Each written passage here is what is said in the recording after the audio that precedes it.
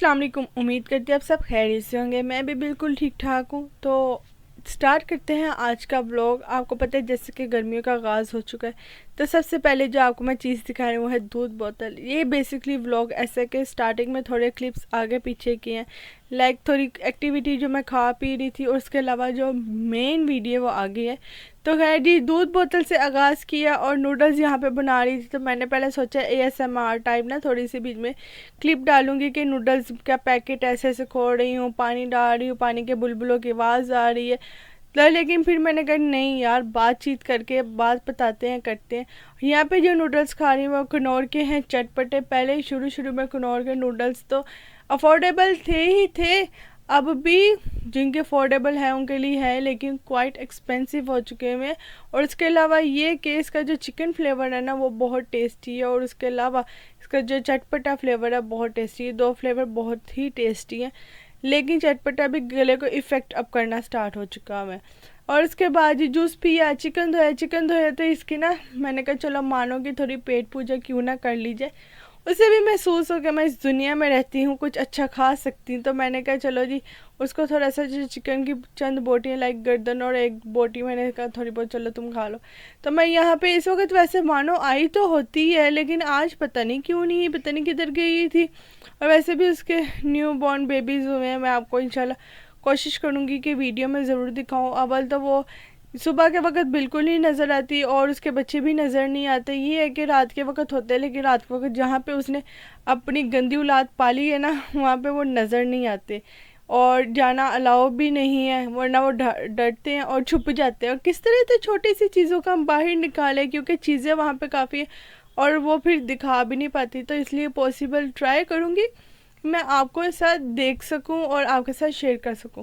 तो जी ये फिर नेक्स्ट डे अब यहाँ से मेन हमारा काम स्टार्ट होता है। यहाँ पे मेरे पास प्लांट्स है, मैं कहा चलो उनको थोड़ा शावर वगैरह करती हूँ। वैसे तो मैंने मिट्टी में पानी दिया हुआ है, लेकिन पत्तों को पानी देना अलग था, बाकी रहता था।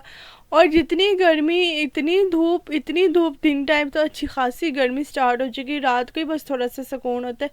तो ये जो मेरे प्यारे से स्नो फीफी के मामा पापा है ना, तो मैंने कहा क्यों ना इनको आज नहलाया है। जो इतनी गर्मी पड़ रही है तो इनको भी नहलाना ज़रूरी होता है, ताकि इनका अव्वल तो ये इसी टेम्परेचर के ये वाहिद परिंदे हैं।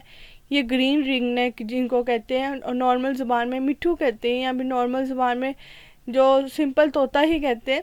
तो जी ये जो है ना इसी वेदर के होते हैं, जून जुलाई इनको कुछ भी नहीं होता। बस ये होता है कि इन पर शर्त होती है कि शेडो हो, धूप ना हो, और बस अल्हम्दुलिल्लाह इनको कुछ नहीं होता। लेकिन फिर भी वाकई इनको कुछ नहीं होता है। माशाल्लाह 4 से 5 साल हो गए हमारे पास है, लेकिन जितनी धूप गर्मी है ना, मैं कहा क्यों नहीं इनको शावर किया जाए, ताकि इनको थोड़ा रिलीफ हो, थोड़ा सुकून हो। तो जैसे मैंने शावर करना स्टार्ट किया, इतना सुकून से खड़े होकर नहा रहे थे ना कि बस आप लोग शावर करते जाओ। तो मैंने फिर भी आधा घंटा तकरीबन इनको शावर किया, ताकि इनको रिलीफ हो। फिर ऊपर से आपको पता है पीछे दीवार थी, तो उसके भी पानी डालते कि सेक आना स्टार्ट हो गया। मैंने कहा ये ना और से और मसला हो गया, फिर भी मैंने जितना हो सका उतना कर दिया। जी मैं छत के बाद मैं नीचे गई। पुप्पो मुझे काफ़ी दिनों से कह रही थी कि जी ये प्लांट्स को इनको सेट कर दो, तो मैंने कहा चले मैं खुद भी देखती हूँ कि आखिर इनको हुआ क्या हुआ है। तो मैं आपके साथ भी शेयर करती थी कि इनकी क्या कंडीशंस है, इनका क्या करना है। बेसिक इनका जो है ना यहाँ पे मानो रहती है, और उसने सारा प्लांट ख़राब किया। देखे नीचे से मनी प्लांट का क्या हाल हुआ है, एलोवेरा का क्या हाल हुआ, पर ऐसा लगता है कि कोई ऊपर बैठ के उठ के गया हो। और उसके अलावा दूसरे प्लांट्स का क्या हाल हुआ। तो मैं कहा चले पुप्पो मैं ना कर देती हूँ किसी दिन इसका कुछ ना कुछ। और जी अब आते हैं यहाँ पे काम। वैसे तो यहाँ पे छत की सफाई हुई थी, लेकिन एक ख़ास कोना था जहाँ की सफाई करना बहुत ज़रूरी थी, और मेड को इतने दिनों से कहा, बल्कि महीनों से कहा हुआ था।